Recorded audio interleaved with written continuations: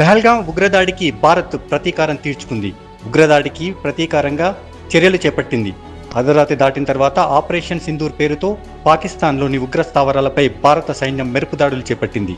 భారత army, air force, navy బలగాలు సంయుక్తంగా ఈ దాడిని నిర్వహించాయి. మిసైళ్లతో లక్ష్యాలపై విరుచుకుపడ్డాయి. పాక్ ఆక్రమిత కశ్మీర్తో పాటు పాకిస్తాన్లోని ఉగ్ర మౌలిక సదుపాయాలను ధ్వంసం చేశాయి. భారత్పై సీమాంతర ఉగ్రదాడులను కుట్టుపడినట్టు భావిస్తున్న మొత్తం 9 స్థావరాలపై ఆర్మీ దాడులు చేపట్టింది. పూర్తి ఖచ్చితత్వంతో దాడులు చేసినట్టు పేర్కొంది. ఉద్రిక్త పరిస్థితులకు తావు లేకుండా పాకిస్తాన్ సైనిక సదుపాయాలపై ఎక్కడా దాడులు చేపట్టలేదని భారత ప్రభుత్వం పేర్కొంది. దేశవ్యాప్తంగా కేంద్ర ప్రభుత్వం ఈరోజు మాక్ డ్రిల్స్ నిర్వహించనున్న వేళ ఈ దాడులు చేయడంతో సర్వత్రా ఉత్కంఠ నెలకొంది. ఆపరేషన్ సింధూర్పై పలువురు కేంద్ర మంత్రులు, ప్రముఖులు సోషల్ మీడియా వేదికగా స్పందిస్తున్నారు. పహల్గాం దాడికి బాధ్యులను జవాబుదారీగా ఉంచేందుకు కట్టుబడి ఉన్నామని భారత్ వెల్లడించింది. దాడులకు సంబంధించి పూర్తి వివరాలను త్వరలో వెల్లడిస్తామని రక్షణ శాఖ ప్రకటించింది. భారత ప్రభుత్వం ప్రకటన అనంతరం ఇండియన్ ఆర్మీ స్పందించింది. న్యాయం జరిగిందని ఎక్స్లో పోస్ట్ చేసింది.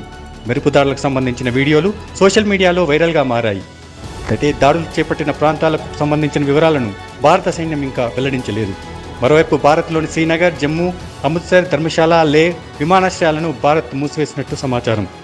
మరోవైపు భారత దాడులను పాక్ సైన్యం ధృవీకరించింది. Pak DG ISPR lieutenant general Ahmed Sharif Chaudhry స్పందించారు. పాక్లోని కొట్లీ, మురిడ్కే, బహవల్పూర్, ముజఫరాబాద్ ప్రాంతాల్లో ఈ దాడులు జరిగినట్టు తెలిపారు. ఈ దాడుల్లో 3 చనిపోయారని, 12 మంది గాయాలైనట్టు పాక్ ఆర్మీ పేర్కొంది. సమయం చూసుకొని బదులుగా స్పందిస్తామని పేర్కొన్నారు. భారత్ తాత్కాలిక ఆనందాన్ని శాశ్వత దుఃఖంతో భర్తీ చేస్తామని అన్నారు. ఇండియన్ ఆర్మీ మెరుపు దాడులపై పాకిస్తాన్ ప్రధాని షెహబాజ్ షరీఫ్ స్పందించారు. మోసపూరిత శత్రువు పాకిస్తాన్లోని 5 ప్రాంతాల్లో దాడులు జరిపిందన్నారు. దీనిపై పాకిస్తాన్ ఖచ్చితంగా బదులు తీర్చుకుంటుందని అన్నారు. పాక్ ప్రధాని ప్రకటన తర్వాత సరిహద్దులోని పూంచ్, రాజౌరి సెక్టార్లలో పాక్ సైన్యం కాల్పులు ప్రారంభించింది. దీంతో భారత్ సైతం కాల్పులు మొదలుపెట్టింది. ఎల్ఓసి వెంట ఇరు దేశాల సైనికుల కాల్పులతో ఉద్రిక్త వాతావరణం నెలకొంది.